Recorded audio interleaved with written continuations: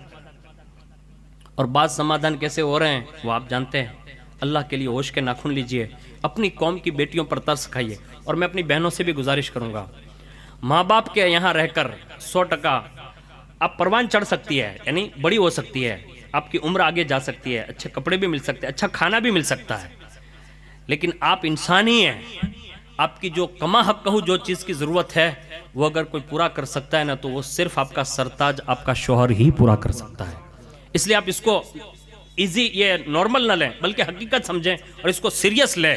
اور میری بہنوں میں اگر کوئی یہاں ایسی ہے جو سامنے بیٹھی ہوئی ہے اور کسی کی بھی بیٹی بیٹھی ہوئی ہو، میں تو یہ کہتا ہوں بیچ میں کسی کو لانے کی ضرورت نہیں ہے. دونوں ماں باپ آپس میں ملیں، بیٹھک کریں، اپنے بیٹے کو بھی بلائیں، اپنی بیٹی کو بھی بلائیں، وہیں فیصلہ کر لیں. کیونکہ تیسرا بندہ گھسے گا نا تو وہ کہیں نہ کہیں دیوار کھڑی کر سکتا ہے. اس لیے آپ خود سمجھدار بن جاؤ نا. اور یہ بھی میں رسول اللہ اور مولا کائنات کی سیرت سے عرض کر دے رہا ہوں تاکہ آپ کو یہ سمجھ پڑ جائے کہ بیٹی والے باپ کو کیا کرنا چاہیے. حضور ماں خاتون جنت کے یہاں تشریف لائے، دروازہ کھٹکھٹایا، فرمایا علی، تو کہا ابھی تھوڑی سی بات چیت ہو گئی تو وہ تشریف لے گئے. یعنی تھوڑی سی بات چیت میں وہ تشریف لے گئے. کہا اچھا، کہا ہاں. اب بات چیت ہوئی ہے ماں خاتون جنت کے ساتھ، ابھی حضور تو آئے ہی ہے، حضور نے کچھ کہا نہیں، کہا کیا ہوا کیا نہیں، بات چیت ہو گئی ہے، کہا ہاں. ناراض ہو کر گئے، کہا ہاں. اب یہ کن کے داماد ہے معلوم ہے؟ سلطان الانبیاء کے داماد ہے. سبحان اللہ. خود سلطان الانبیاء ہے، داماد ہے وہ سید الاولیاء ہے، بیٹی ہے سید نساء العالمین ہے. یعنی یہ چھوٹے لوگ نہیں ہیں، یہ کائنات کے بڑے لوگ ہیں، کسی کو نہیں بلایا، نہ ابو بکر صدیق کو بلایا، نہ فاروق اعظم کو بلایا، کسی کو نہیں، حضور خود تشریف لے گئے۔ کہا علی گئے کہاں ہے؟ کہا مسجد کی طرف، خود رسول اللہ گئے۔ پتہ یہ چلا سگی بیٹی کا معاملہ ہونا تو خود باپ کو جانا ہی چاہیے، یہ رسول اللہ کی سنت ہے۔ تشریف لے گئے اور باقاعدہ جیسے مسجد کے صحن میں پہنچے نا تو وہیں ہاتھ کا تکیہ لگا کر علی المرتضیٰ تشریف فرمائے۔ جیسے ہی مٹی میں دیکھا نا تو بدن مبارک پر مٹی لگی ہوئی تھی، بڑی محبت سے فرمایا اجلس یا ابا تراب، بیٹھ جاؤ اے ابو تراب۔ ایک روایت میں قم یا ابا تراب، یعنی کھڑے ہو جاؤ اے ابو تراب، یعنی اے مٹی کے باپ کھڑے ہو جاؤ، یہ کہا۔ اور مولا کائنات فرماتے ہیں حضور کا یہ جملہ اور اس میں مجھے جو ابو تراب کہا، مجھے کوئی فاتح خیبر کہتا، حیدر کرار کہتا، یہ کہتا، وہ کہتا، اتنی خوشی نہیں ملتی تھی جب مجھے کوئی ابو تراب کہتا تھا۔ سبحان اللہ، سبحان اللہ۔ یہ سمادھان ہے، یہ صلح ہے۔